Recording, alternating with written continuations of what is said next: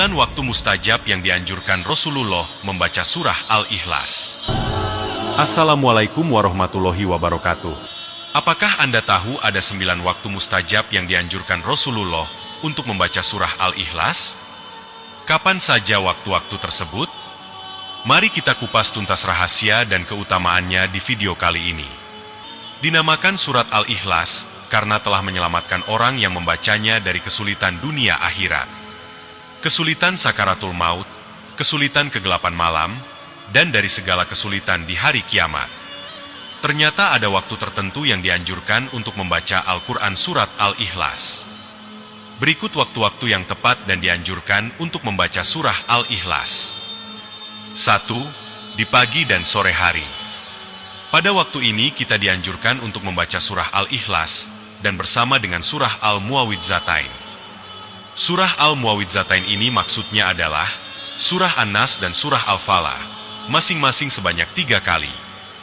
Keutamaan daripada membaca ketiga surah tersebut adalah akan dijaga dari segala sesuatu keburukan. Sebagaimana sabda Rasulullah dalam sebuah hadits berikut. Katakanlah, Kul huwallahu ahad, Kul a'udzu birobbinas dan Kul a'udzu birobbil falaq ketika sore dan pagi hari sebanyak 3 kali. Maka dengan ayat-ayat ini akan mencukupkanmu ataupun menjagamu dari segala keburukan.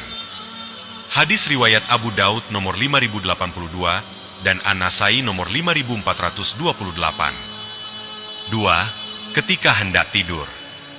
Saat kita sebelum tidur ataupun hendak mau tidur, kita dianjurkan untuk membaca surah Al-Ikhlas, surah An-Nas, dan surah Al-Falah, sebagaimana kebiasaan Rasulullah.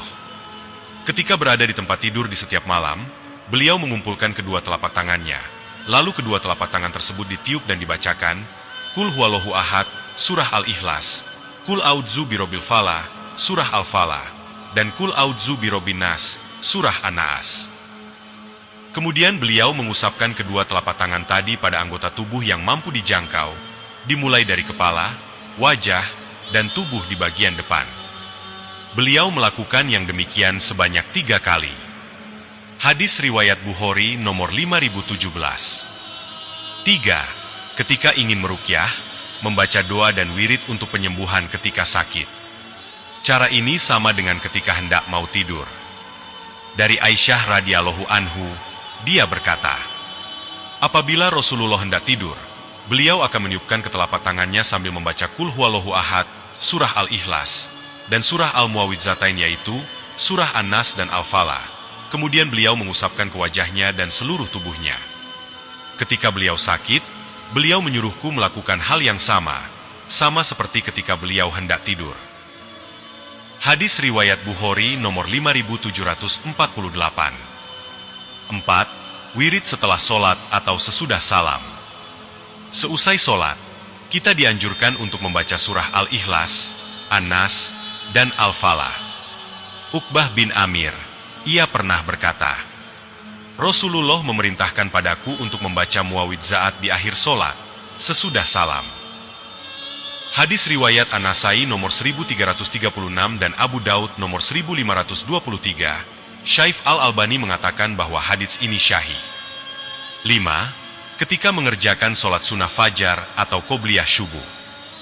Aisyah radhiyallahu anhu pernah berkata, Rasulullah bersabda, sebaik-baik surah yang dibaca ketika 2 rakaat qobliyah syubuh adalah Kul huwallahu ahad, surah Al-Ikhlas, dan Kul ya ayyuhal kafirun, surah Al-Kafirun. Hadis riwayat Ibnu Huzaimah dan disyohihkan oleh Syaikh Al-Albani. 6. Ketika mengerjakan solat sunnah ba'da maghrib. Sahabat Rasul yaitu Abdullah bin Mas'ud mengatakan, aku tidak dapat menghitung, karena sangat sering aku mendengar bacaan Rasulullah membaca surah pada solat 2 rakaat ba'da maghrib, dan pada solat 2 rakaat qobliyah syubuh, yaitu Kul ya ayyuhal kafirun, surah Al-Kafirun, dan Kul huwallahu ahad, surah Al-Ikhlas. Hadis riwayat Tirmidzi nomor 431, dan Syaikh Al-Albani mengatakan bahwa hadits ini hasan sahih. 7. Ketika mengerjakan solat sunnah witir 3 rakaat. Dari Abdul Aziz bin Jurais, beliau berkata, aku menanyakan pada Aisyah, surah apa yang dibaca oleh Rasulullah setelah membaca surah Al-Fatihah ketika solat witir. Kemudian Aisyah menjawab, bahwa Nabi Shallallahu Alaihi Wasallam membaca pada rakaat pertama adalah Sabbihisma Rabbikal A'la, surah Al-A'la. Pada rakaat kedua, Qul Ya Ayyuhal Kafirun, surah Al-Kafirun. Dan pada rakaat ketiga, Qul Huwallahu Ahad, surah Al-Ikhlas, dan Muawwidzatain, surah Al-Falaq dan An-Nas.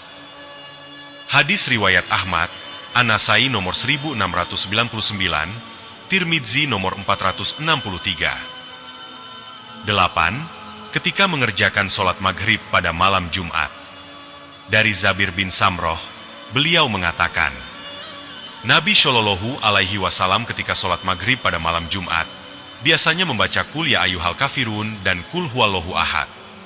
Sanad hadis ini disyahihkan oleh Syaikh Al-Albani.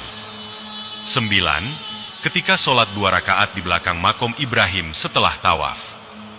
Dalam hadits Jabir bin Abdillah beliau mengatakan, Nabi Shallallahu Alaihi Wasallam menjadikan makom Ibrahim antara dirinya dan Ka'bah, lalu beliau laksanakan sholat 2 rakaat. Dalam 2 rakaat tersebut, beliau membaca Qul Huwallahu Ahad, surah Al-Ikhlas, dan Qul Ya Ayyuhal Kafirun, surah Al-Kafirun. Hadis riwayat Jabir bin Abdillah. Demikianlah pembahasan tentang 9 waktu mustajab untuk membaca surah Al-Ikhlas. Terima kasih telah menonton. Semoga informasi ini bermanfaat dan bisa menambah amalan harian kita. Jangan lupa untuk share video ini kepada teman-teman dan keluarga, agar semakin banyak yang mengetahui keutamaan membaca surah Al-Ikhlas. Like, komen, sampai jumpa di video berikutnya. Wassalamualaikum warahmatullahi wabarakatuh.